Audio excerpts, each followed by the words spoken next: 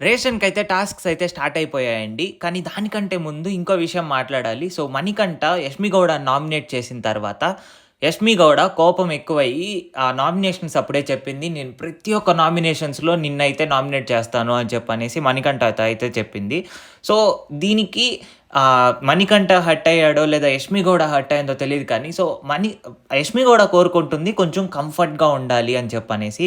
కానీ మన మణికంఠ ఏంటంటే వెళ్లి తనని హగ్ చేసుకోవడం. ఎందుకంటే లేడీస్‌ని వాళ్ళ పర్మిషన్ లేకుండా అలా చేస్తే వాళ్ళకి కొంచెం డిస్కంఫర్ట్‌గా ఫీలింగ్ ఉంటది.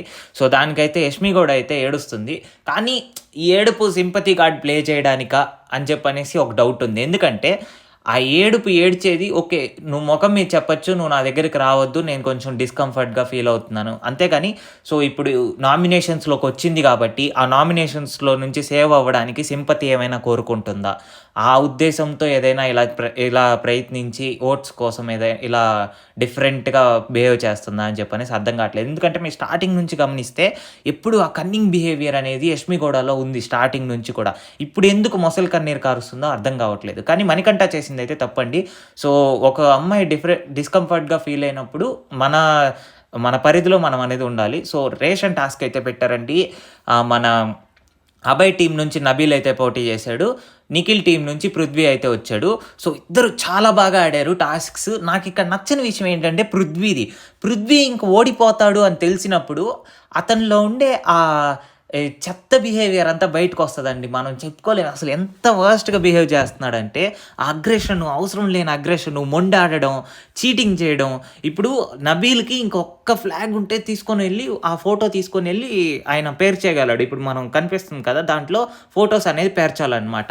ఇంకొక్క ఫోటో పేర్చునుంటే నబీల్ అనేది గెలిచేసి ఉండేవాడు. కానీ పృథ్వీ దీన్ని ఓర్చుకోలేక మొత్తం పీకి బయట పడేసాడండి. ఇంకా నబీల్ ఊరుకుంటాడా? నబీల్ కూడా నిఖిల్ ఫోటోస్ అన్నీ తీసి బయట పడేసాడు.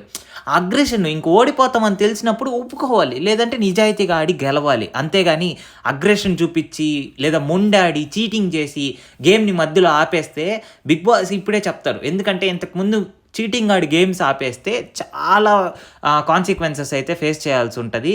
సో, ఈ గేమ్ ఆగిపోయినట్టుంది నాకు తెలిసినంత వరకు. ఎందుకంటే ఇప్పుడు లాస్ట్ వరకు ఈ చీటింగ్ ఆడి, మొండాడి లాస్ట్ వరకు తీసుకొనెళ్ళి సంచాలకి ఇంక నువ్వు ఆపేసేయండి గేమే వద్దు అని చెప్పానంటే మన గేమ్ అనేది ప్రాపర్‌గా ఆడాలి. ఇంత వర్స్ట్‌గా ఆడేటట్లుగా ఉంటే ఖచ్చితంగా పాయింట్స్ అనేది లూజ్ అవుతారు. బయట జనాలు చూస్తున్నారు. అది గుర్తుపెట్టుకోవాలి. ఈ నిఖిల్ క్లాన్ నుంచి పృథ్వీని కాకుండా ఇంకెవరినైనా పంపించుంటే ఈ గేమ్‌కి చాలా బాగుండేదనిపించింది. పృథ్వీ టాస్క్స్ బాగా ఆడుతున్నాడు గానీ, సంచాలక్‌గా సీత చేతిలో ఏం లేదండి. మీరు గమనించాల్సింది ఏంటంటే, ఆయన అంత అగ్రెషన్‌గా ఆడుతూనే ఉంటే కంటిన్యూస్‌గా ఆమె మాత్రం ఏం చేయగలదు? ఏమి చేయలేకపోయింది. పృథ్వీనైతే ఆపు, ఆపు అని చెప్తానే ఉంది. ఆయనైతే మాట ఇనట్లేదు. మరి ఆడియన్స్ ఎలా రిసీవ్ చేసుకుంటారని నేను ఈరోజు ఎపిసోడ్ కోసం చాలా ఎదురు చూస్తున్నాను. సో, మరిన్ని అప్డేట్స్ కోసం మీరైతే మన ఛానల్‌ని సబ్స్క్రైబ్ చేసుకోండి. Subscribe to Telugu టాక్సూ.